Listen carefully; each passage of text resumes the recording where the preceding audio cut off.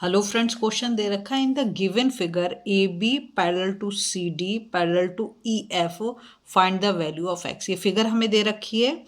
हमें जो एंगल दे दिया ए बी सी दे रखा है 70 डिग्री, ठीक है। इसको दे दिया एक्स, और ये जो हमारा एंगल है एफ ई सी ये दे रखा 130 डिग्री, और हमसे एक्स की वैल्यू पूछी है, ठीक है। ये लाइन तो यहाँ पर हमें बता दिया कि ए बी पैरेलल है किसके, ई एफ के, और ई एफ पैरेलल है सी डी के, ठीक है। देखो अब हम क्या करेंगे क्वेश्चन में। मैंने फिगर यहाँ पे बना दी है, और हमारा जो एंगल है ये 70 डिग्री दे रखा है, और ये वाला एंगल दे रखा है 130 डिग्री, ठीक है। देखो बहुत ही अच्छे से देखो क्या बन रहा है, जेड बन रहा है। इस लाइन को अगर आप छोड़ दो तो ये तो इसके भी पैरेलल है ना, ए बी जो है सी डी के पैरेलल यहाँ पे दे रखा है हमें, है ना। तो ये क्या बना रहा है, जेड बन रही है ये फिगर। अगर हम इसको छुपा दे तो जेड दिखाई दे रहा है। अगर ऐसे होता जेड वाले में तो हम क्या करते, ये दोनों एंगल क्या हो जाते, ऑल्टरनेट इंटीरियर एंगल हो जाते। क्या हो जाते, ऑल्टरनेट इंटीरियर एंगल। तो हमारे लिए बड़ा इजी हो जाता है कि ये एंगल पूरा का पूरा कितना, अगर ये लाइन ना दी होती ये पूरा का एंगल कितना हो जाता 70 डिग्री। पर ऐसा तो है नहीं, ऐसा नहीं है, ये यहाँ से ही काट दिया इसको, क्योंकि एक और पैरेलल लाइन बना रखी है। अब ऐसे केस में हम क्या करेंगे, अगर ऐसा आ गया है तो अब तुम इस वाली फिगर को छुपा दो, ठीक है।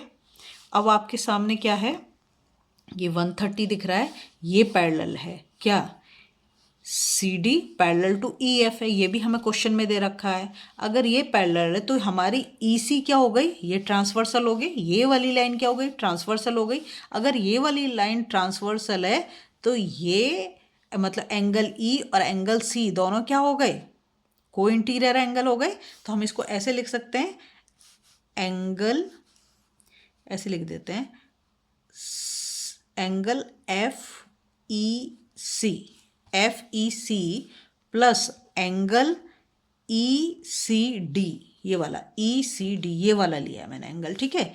इक्वल्स टू क्या होंगे 180 डिग्री। अब 180 डिग्री क्यों है, हम लिख देंगे इसके लिए रीजन जरूर लिखोगे, को इंटीरियर एंगल्स। को इंटीरियर एंगल का सम क्या होता है, सप्लीमेंट्री, मतलब 180 होता है। इसमें आपको एंगल एफ ई सी तो पता है कितना दे रखा है, 130 डिग्री दे रखा है, और आपको क्या पता करना है, ई सी डी पता करना है ना। तो हम क्या करेंगे, angle E C D equals to 180, और इसको हम इधर ले जाएंगे तो माइनस हो जाएगा 130 डिग्री। तो हमारा एंगल ई सी डी क्या निकल गया, 50 डिग्री आ गया। लेकिन हमसे ये तो पूछ ही नहीं रहा है, हमसे क्या पूछ रहा हो, एंगल एक्स पूछ रहा है। अब देखो, अब आप इसको भी छोड़ दो, अब आप इस पूरे एंगल को कर दो ऐसे। तो जैसा कि मैंने तुम्हें पहले बताया था, जेड बना रहा है तो क्या हो गई ये एंगल हो गया हमारे ऑल्टरनेट इंटीरियर एंगल, है ना।